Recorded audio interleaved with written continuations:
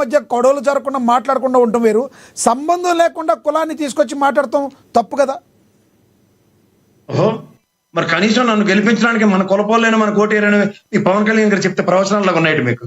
రాజకీయాల్లో అడిగేటప్పుడు కుల మీరే అన్నారు, స్కూల్లోకి వెళ్తామండి, కాలేజీలోకి వెళ్తాం, ప్రసాద్ గారు కాలేజీలోకి వెళ్తాం, మీ కులం ఏంటని అడుగుతారు, బీసీ ఎస్సీ ఎస్టీ అని అడుగుతారు, అది అక్కడి వరకే చూడాలి. కాపులకి ఏమైనా 10 మందికి న్యాయం చేశారు. ఆగండి లక్ష్మీకాంత్ గారు ఆగండి. మీరు కులాన్ని పొద్దున్న చేసుకున్నట్టుగా నా కర్మపల్లి లాంటిది కులం అన్నప్పుడు అంబటరాంబాబు కూడా అట్లనే ఫీల్ అవ్వాలి కదా. లక్ష్మీకాంత్ గారు మీకు ఇస్తా ఒక్క నిమిషం. నాకు డిమార్క్ చేస్తారంటే కాపు కులాలంటే ఓన్లీ జనసేనలో ఉండాలి లేదా ప్రజారాజ్యంలో గతంలో ఉండాలని. మీరు గమ్మున ఉండండి సార్, ఒక విషయం నేను చెప్పగలను. మీరు ఒక్క నిమిషం గమ్మున ఉండండి, నేను చెప్తా. ఇవాళ సార్ వాళ్ళు మాట్లాడిన చెప్పి నేను మాట్లాడలేదు. లక్ష్మీకాంత్ గారు మీరు ఆయన మాట్లాడలేదు, ఆయన మాట్లాడినవ్వండి, మీరు నోట్ చేసుకోండి, తప్పున్నప్పుడు మీరు మాట్లాడతారు. ప్రసాద్ గారు కంటిన్యూ చేయండి సార్, ప్రసాద్ గారు కంటిన్యూ చేయండి. ఇప్పుడు ప్రసాద్ గారు ఒకటి మీకు క్లియర్గా జరుగుతున్న సినారియోలో లడ్డు ఇష్యూ కావచ్చు, బ్యానర్ పెట్టారు, నా మాట వినండి ఒకసారి, లడ్డు విషయం కావచ్చు, బ్యానర్ పెట్టారు కాబట్టి అసభ్యంగా మాట్లాడిన మీరు కూడా ఖండించారు. ఇంతవరకే వెళ్ళింది. అంబటి రాంబాబు గారి మీద దాడి చేసింది టీడీపీ వర్గీయులు. ఇక్కడ అసలు కాపు కులం, ఇక్కడ వంగవీటి మోహన్ రంగా ఫోటోకి కాపు మహిళని మాట్లాడడానికి సంబంధం ఏంటిది? ఎక్కడో వాంటెడ్లీ మాట్లాడినట్టు మీకు అనిపించట్లేదా? ఇదేంటండి, ఇప్పుడు నా కులపెద్దలు ఉంటారు, కులపెద్దలు పెట్టుకుని వంగవీటి మోహన్ రంగ గారు is an iconic personality in Kapu సామాజిక వర్గంలో. ఆయన కుల మతాలకు అతీతంగా అందరూ ఆరాధిస్తారు. నేనైతే సగర్వంగా చెప్తాను, ఐ రెస్పెక్ట్ వంగవీటి మోహన్ రంగ గారు.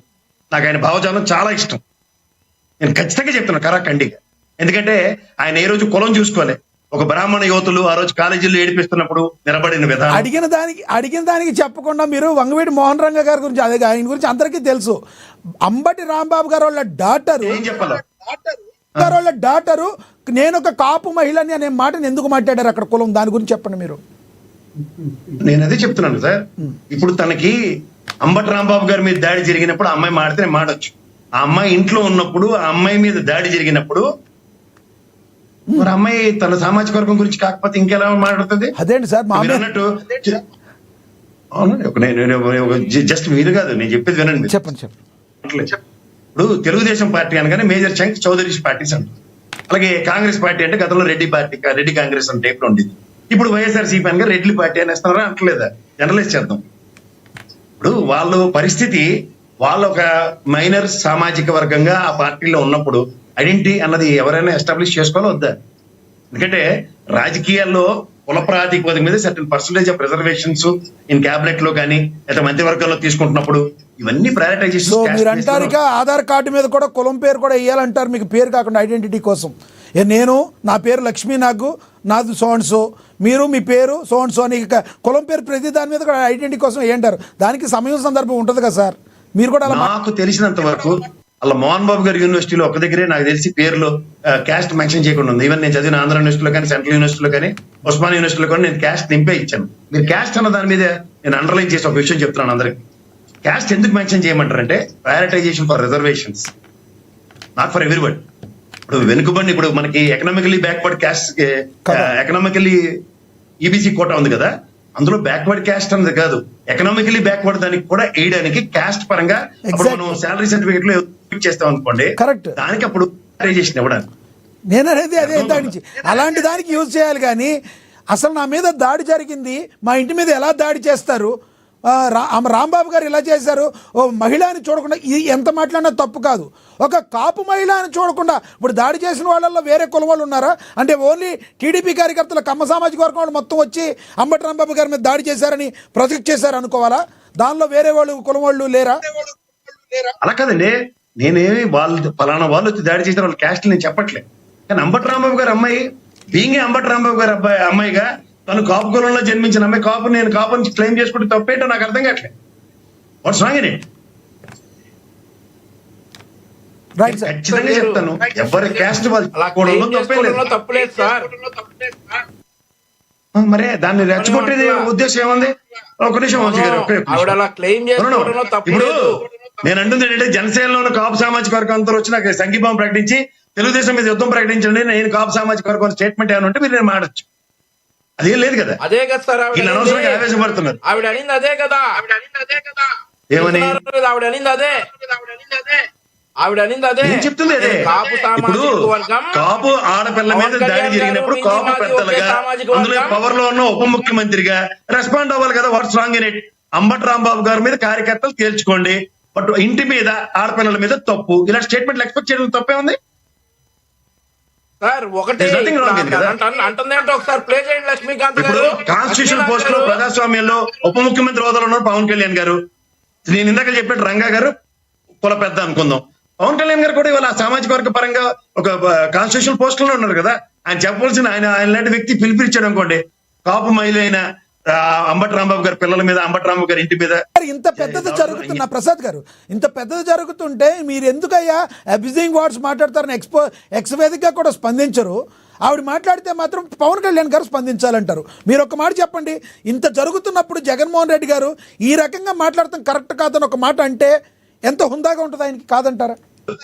సార్ ఒకటి చెప్తున్నాను, ఒక మైన్యూట్ పర్సంటేజ్ ఆఫ్ కమ్యూనిటీ ఉన్నప్పుడు, ఒక దాడులు అలాంటప్పుడు వాళ్ళ సామాజిక వర్గంలో ఉన్న పెద్దలు, ఇప్పుడు ఉదాహరణకు ముద్రగడ పద్మనాభం గారు నిన్న రాజమండ్రికి వెళ్ళారు, ఒక కుల పెద్దగానే వెళ్ళాడు ఆయన. నేను ఖచ్చితంగా చెప్తాను, ఒక సామాజిక వర్గంలో ఇవాళ పవన్ కళ్యాణ్ గారు ఉప ముఖ్యమంత్రి, కేబినెట్ హోదా కలిగిన మంత్రిగా ఉన్నారు. ఆయన ఖచ్చితంగా ఆయన లాంటి వ్యక్తి దగ్గర నుంచి ఒక స్టేట్మెంట్ ఎక్స్పెక్ట్ చేస్తాం మేము అందరం. ఎందుకంటే ఇళ్ల మీద దాడులు, ముఖ్యంగా మా కాపు సామాజిక వర్గం సంబంధించిన వ్యక్తుల మీద దాడులు తీవ్ర ఆక్షేపణీయం. What's wrong in it? మీరు అన్నయ్యి ఒకవేళ మనం అప్పుడెప్పుడో తునిలో జరిగిన సంఘటనలాగా జరిగితేనో, ఒక 2 క్యాస్ట్ల మధ్య జరిగినప్పుడు ఇలాంటివి రావాలి. అసలు కులం అనే ప్రస్తావన లేని దానిలో ఒక కాపు మహిళ అని ఆవిడ మాట్లాడతాన్ని ఏ రకంగా చూడాలి సార్? తప్పు కదా, అది అలా మాట్లాడకూడదు కదా. అంబటి రాంబాబు గారు అమ్మాయి తను కాపు అయినప్పుడు నేను కాపు మహిళ అని చెప్పడం తప్ప నాకు ఆశ్చర్యకరంగా ఉంది. ఆవిడ ఆ సామాజిక వర్గం కాకుండా వేరే సామాజిక వర్గాన్ని క్లెయిమ్ చేస్తే మీరు నేను అప్రాక్షన్స్ క్రియేట్ చేయాలి. She is very clearly said that నేను ఆ అమ్మాయి ఇంటి మీద దాడి జరిగింది, వాళ్ళ నాన్నగారు ఉన్నారో లేరు కూడా నాకు తెలియదు. దాడి చేసింది ఎవరు సార్? దాడి మీరు చూశారు కదా. దాడి చేసిన వాళ్ళలో కాపులు లేరని మీరు చెప్పగలరా? అదేమన్నా ఇదండి కుల ప్రాతిపదిక ఇల్లు అందరికీ నేను చెప్పలేం కదా. దాడి జరిగింది, నేను వాళ్ళందరూ కూడా బయోడేటాలు క్యాస్ట్ చెప్పమంటే ఎవరి వల్ల కాదు అది. కానీ ఇక్కడ కన్సన్ట్రేటెడ్ గా ఉన్నది అంబటి రాంబాబు గారు, ఆయన సామాజిక వర్గం కాపు, ఆ అమ్మాయి కాపు క్లెయిమ్ చేసుకోండి. ఇప్పుడు సామాజిక వర్గం తనకు సామాజిక వర్గం తను చెప్పుకోవడం తప్ప నేను ఎవరు డిబేట్ చేయలేదు. భూప్రపంచంలో ఎవరి వల్ల కాదు అది.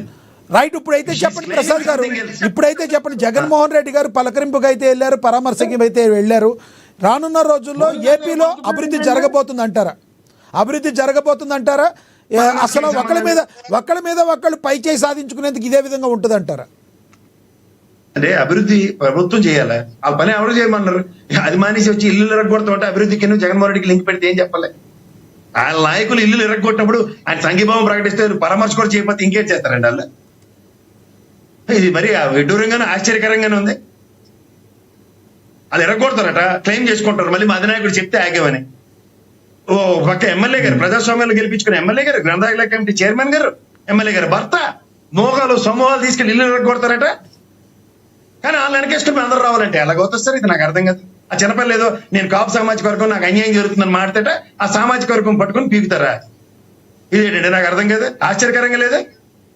ఎలా ఉందంటే కన్న తల్లి మా అమ్మగారి మీద నా మీద దాడి జరుగుతుంది కాబట్టి, మా అమ్మ మీద దాడి జరగలేదు కాబట్టి ఆ సామాజిక వర్గాలను కన్న తల్లి సామాజిక వర్గాల గురించి చర్చించకూడదని చాలా హాస్యాస్పదంగా ఉంది.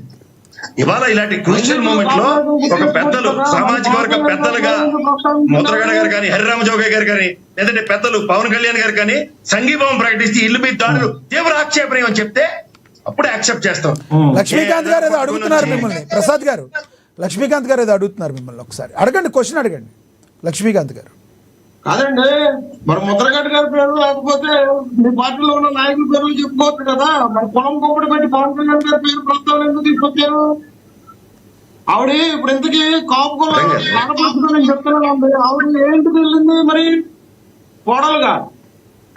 పొలం గురించి నా మీద గుడ్డగాసి ముఖం మీద వస్తున్నట్టుగా ఇందాక నుంచి విమర్శలు చేస్తున్నారు కదా. ఫస్ట్ కులం గురించి మాట్లాడింది, అటు పక్కన ప్రశ్న అడిగింది లక్ష్మీనాథ్ గారు. ఫస్ట్ అడిగితే ఆయన అడగండి. నేను అది చెప్తున్నాను, సామాజిక వర్గ పరంగా సంఘీభావాలు ఎక్స్పెక్ట్ చేయడం సర్వసాధారణం. అందులో పెద్దలు, సామాజిక వర్గ పెద్దలుగా ఇవాళ పవన్ కళ్యాణ్ గారు ఒక కేబినెట్ హోదా కలిగిన మంత్రి. ఆయన ఖచ్చితంగా ఆయన లాంటి దగ్గర నుంచి ఎక్స్పెక్ట్ చేయడం సహజం. ఇళ్ల మీద దాడుల విషయంలో అంబటరామ్మ గారితో పర్సనల్ గా రాజకీయ పరంగా తెచ్చుకోండి. There is no contradiction. ఇల్లులు, ఆడపిల్లలు ఇంట్ల మీద దాడి చేయనప్పుడు వాళ్ళు క్లెయిమ్ చేసుకోకూడదు, చాలా తప్పది. నేను యాక్సెప్ట్ చేయను. మాట్లాడితే ఉత్తరాల ద్వారా లవ్ లెటర్లు రాసే ముద్రగట్లు అంటే ఇస్తున్నప్పుడు పవన్ కళ్యాణ్ గారిలో ఉంది. పవన్ కళ్యాణ్ గారి గురించి ఎందుకు మాట్లాడుతున్నారు అన్నా? ఏదైనా గొడవ జరుగుతూ ఉందంటే పవన్ కళ్యాణ్ గారు సామాజిక వర్గ పెద్ద. నేను ఇందాక నుంచి చెప్తుంది మీకు అర్థమవుతున్నట్టు ఉంది. ఇవాళ సంబంధం ఉన్న కేంద్రగా కేబినెట్ మంత్రిగా పవన్ కళ్యాణ్ గారు అడుగుతున్నారు. కేబినెట్ మంత్రి హోదాలో రాజ్యాంగబద్ధ పదవిలో ఉన్నాడు ఆయన. ఖచ్చితంగా ప్రజాస్వామ్యంలో ప్రజలను పరిరక్షించడానికి రాజకీయ నాయకులకు పదవులు వచ్చినప్పుడు వాళ్ళ నాయకుల కింద ఎస్టాబ్లిష్ అవుతారు. అట్లాంటప్పుడు నేనేం చేయాలి? పవన్ కళ్యాణ్ 3 పెళ్లిళ్ళు 3 భార్యలు అని యథారీతిగా మాట్లాడకూడదు. మార్చండి. నేను ఇవాళ ఆయనకి మర్యాద ఇచ్చి నేను ఆయన మర్యాద కాబట్టి మాట్లాడుతున్నాను. మీరే ఎటో పోయారు, నాకేం తెలుసు. ఇందాక మీరు ఇంకో మాట అన్నారు. లక్ష్మీకాంత్ గారు టాపిక్ డైవర్ట్ అవుతుంది. లక్ష్మీకాంత్ గారు టాపిక్ డైవర్ట్ అవుతుంది. టాపిక్ డైవర్ట్ మాట మాట్లాడారు. ఎస్, మళ్ళీ వస్తా. మీ తల తోక ఏం చేయాలి?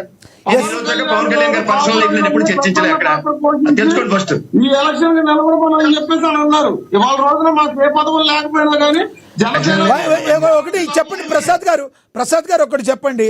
కొంతమంది ఎవరైతే ఆరోపణలు చేస్తున్నారో ఇది కేవలం కూడా కులాల మధ్య ఒక్క మాట రెండు సామాజిక వర్గాల మధ్య కులాల కుంపులాట జరిగేటట్టు ఏదైతే ఒక పార్టీ, ఒక్క నిమిషం లక్ష్మీకాంత్ గారు, ఏదైతే ఒక పార్టీని వీడిపోయి వెళ్ళిపోయిన విజయసాయి రెడ్డి గారు దిశా నిర్దేశం చేసేటట్టుగా మరి కూటమిని విడగొట్టకపోతే ఎటువంటి పరిస్థితుల్లో జగన్మోహన్ రెడ్డి తలకిందులుగా తపస్సు చేసిన సీఎం కాలేడని చెప్పంగానే కులాల మధ్య విడగొడటానికి ఈ రకంగా తీసుకొచ్చారని చెప్పే వాళ్ళ మాటల్లో వాస్తవం ఉందంటారా? సార్ ఇది ఏమన్నా అర్థం ఉందో సార్? అసలు నాకు అర్థం కాదు. వైఎస్ఆర్సీపీ పార్టీ కుల ప్రాతిపదిక మీద ఏర్పడిన పార్టీ కాదు కదా. ఈవెన్ పవన్ కళ్యాణ్ గారు కూడా ఆ రోజు ఎలక్షన్ మూమెంట్ లో మాట అన్నా సరే ఆయన కుల మతాలకు అతీతంగానే ఆయన వాళ్ళ రాజకీయాలు చేసుకుంటూ ముందుకెళ్తున్నాడు. ఆయన కూడా ఎవరు కూడా ఈవెన్ తెలుగుదేశం కూడా చౌదరి పార్టీ అన్నా సరే దేన్ ఎవర్ క్లెయిమ్ దట్. వాళ్ళు పోలిట్ బ్యూరో కూర్పు చూడండి, ఇంక్లూడింగ్ క్యాబినెట్ కూర్పు కూడా చాలా బ్యాలెన్స్ ఆఫ్ ఈక్వేషన్స్ తోనే ఆయన చంద్రబాబు గారు బ్యాలెన్స్ చేస్తారు. ఇది ఓన్లీ ఒక కమ్యూనిటీ పరంగా ర్యాలీ అయిపోతుంది వైఎస్ఆర్సీపీకి లేదా తెలుగుదేశం కన్నది జనసేనకి అన్నది ఒక భ్రమ. ఇప్పుడు ఆ మాటకు వస్తే జనసేనలో ప్రజారాజ్యం పార్టీ పెట్టినప్పుడే 18 స్థానాలు 21% ఓటు బ్యాంక్ రావడానికి కింద మీద అయింది. అది కన్సల్టేట్ అయినా అది